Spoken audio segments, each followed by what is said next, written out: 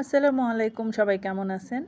আমি China makeover and yoga থেকে বলছি।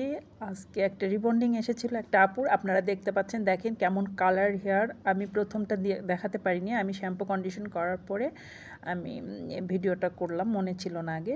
তো দেখেন কত কালার, কালার দেখে তো মোটামুটি আমি মনে হলো যে কি হবে। এই যে এখানে ভিডিওটা করার কারণ হলো, আপনারা দেখেন যে আমরা কিন্তু রুট থেকে কাজ করি না, রুটের নিচ থেকে কাজ করি।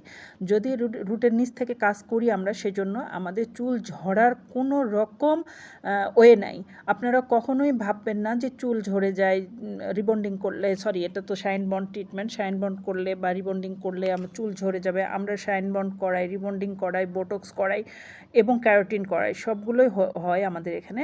তো এইটা শাইন বন্ড হচ্ছে শাইন বন্ড ট্রিটমেন্ট। আপনারা দেখেন যে আমি যে আয়রন করতেছি কি স্মুথলি আমাদের আয়রন করানো হয়।